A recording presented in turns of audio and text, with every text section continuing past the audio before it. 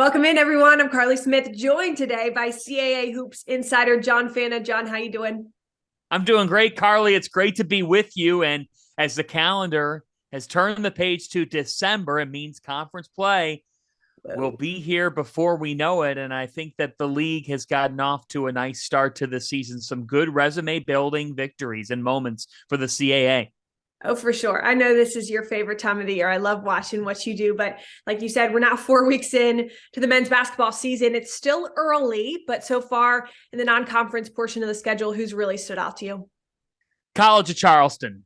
Pat Boom. Kelsey is doing one of the best jobs in not just the CAA, but in the country. For the Cougars to be 8-1, to win the Charleston Classic for the first time, they have a level of balance offensively and depth that makes them really difficult to beat. You think about what College of Charleston has done thus far this season. They have 5 players averaging 9 or more points per game, and it goes beyond that. You've got 9 players averaging at least 6 points per game. So to me, that says unselfishness. That Yes. says a willingness to share the basketball and make things happen. Ryan Larson and Dalton Bolin have both been very, very good for this team, and Rain Smith as well. And I think when you look at some of the production that they're getting from others, Ante Brzovic has delivered for them as an X factor, and he's their 5th leading scorer. But not just that. I think with the Cougars, it's the fact that they're elevating the profile of the Colonial Athletic Association. They've won 7 in a row. Their one loss was to North Carolina. You've got wins over Virginia Tech, who only has 1 loss on the season and beat North Carolina on Sunday. You've got a win over Colorado State. You've got a win over Davidson, a win over a good Kent State team as well. College of Charleston showed up in the top 50 of the net rankings. If they can keep winning and they can keep this experience and balance going in the right direction, there is a legitimate case in the CAA to potentially get multiple teams to the NCAA tournament. Right. That is big. You need to have someone carry your banner in non-conference play, and nobody's done that better than the College of Charleston to this point. That's good, John. And yeah, like you said, quite a few teams in the CAA streaking with some non-conference schedule games. And then 2 that we're going to look forward to in the near future. Highlight these, circle them on the calendar, do what you need to do to watch them. Hofstra at Purdue and Towson at Clemson. Let's start with Hofstra, 6-3 on the year. They'll travel to Indiana to face a team that's 8-0. What needs to take place for Hofstra to come away with a win in this one? Well, they need Aaron Estrada to be the best player on the floor, which he has no problem doing against just about anybody. Now, it'll be a difficult task with a Purdue backcourt that actually has a totally new look to them. No more Jaden Ivey, who fans might know about. Now it's been really Braden Smith as well as Fletcher Lawyer. But I think when you look at what Hofstra needs to do in this game, they have got to have Estrada control it, and they're going to need to find a way to defend Zach Edey, who would be front runner for National Player of the Year at this moment. So Warren Williams has got to step up to a degree. You got to find a formula to stop the big man, because if you don't, then you could be in for a long night, because Edey's been that good. He's 7'4", and he's coming off a 30-20 game on Sunday against Minnesota. So Hofstra's got to have spacing. They've got to be incredibly efficient offensively. You don't want to turn over the ball. I don't think that'll be a problem for Speedy Claxton's team. But look, Estrada's coming off a 31-point performance against George Mason. Tyler Thomas joined him as well. And Jaquan Carlos, like those guys, Hofstra's got as good of a backcourt that you're going to find in the CAA. And I think they'll be able to test Purdue's young guards. They've got to try to make Purdue uncomfortable when the Boilers are on the offensive end of the floor. But I like this Pride team. I mean, they won at Princeton. Princeton's got a quality net. They're in the top 70 of the net. Hofstra beat Iona. They beat George Washington, who's off to a nice start to the season. You know, you lose to St. Mary's.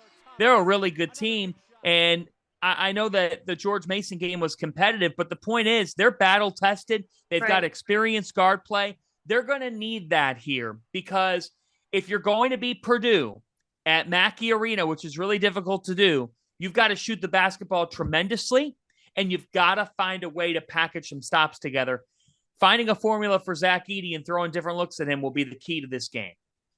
You talk about experience, Towson at Clemson, Tigers, the ones in yellow and black, riding a 3-game win streak, and 8-1 on the year. They have so many weapons, as we've talked about before. Clemson 7-2 overall. What needs to take place for Towson to get an ACC win?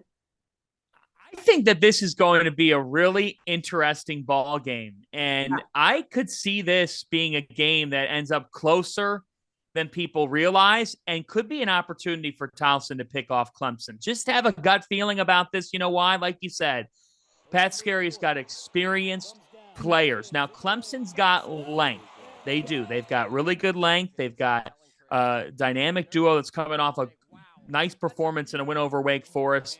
PJ Hall, Hunter Tyson. So what I look at with Towson is pretty simple and point blank, is that they've got to get back to their defensive calling card. They're going to need in this game. They need Charles Thompson to step up. And Carly, I really like Charles Thompson. I think that the 6'7" senior is the glue guy of the team. He makes things happen defensively. He was an all defensive team member last year in the CAA. So they need Thompson. And then what wins these games? What wins these games? What wins these games is experienced guards who make shots but make plays for each other. And that's what Towson has in Nicholas Timberlake and in Cam Holden. The duo's coming off a combined 37 points and 9 assists in a win over LIU.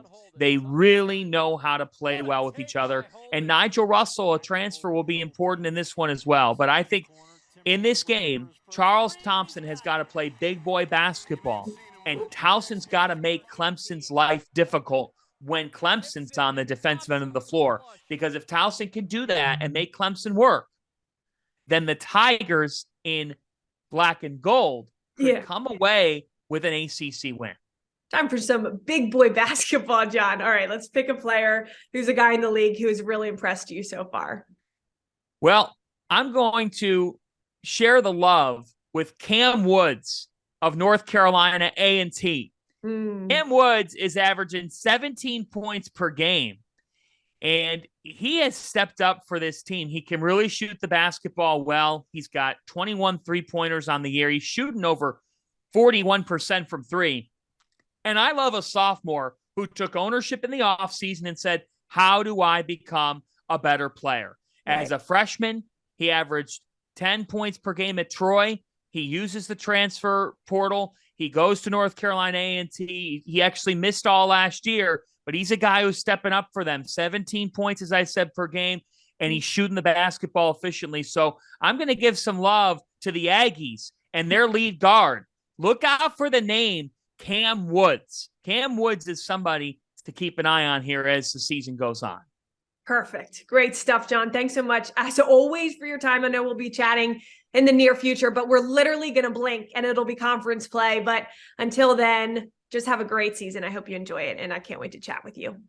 Thank you so much, Carly. I'll leave you with this. Watch out for those UNCW Seahawks. They have been on a winning streak. They won in the Bahamas. I'm telling you, Takeo Siddle's team, defense happens. Trezarian White's come on. Look out for the Seahawks. They could be flying high come conference play. There's my tease for CAA play, and I appreciate you having me.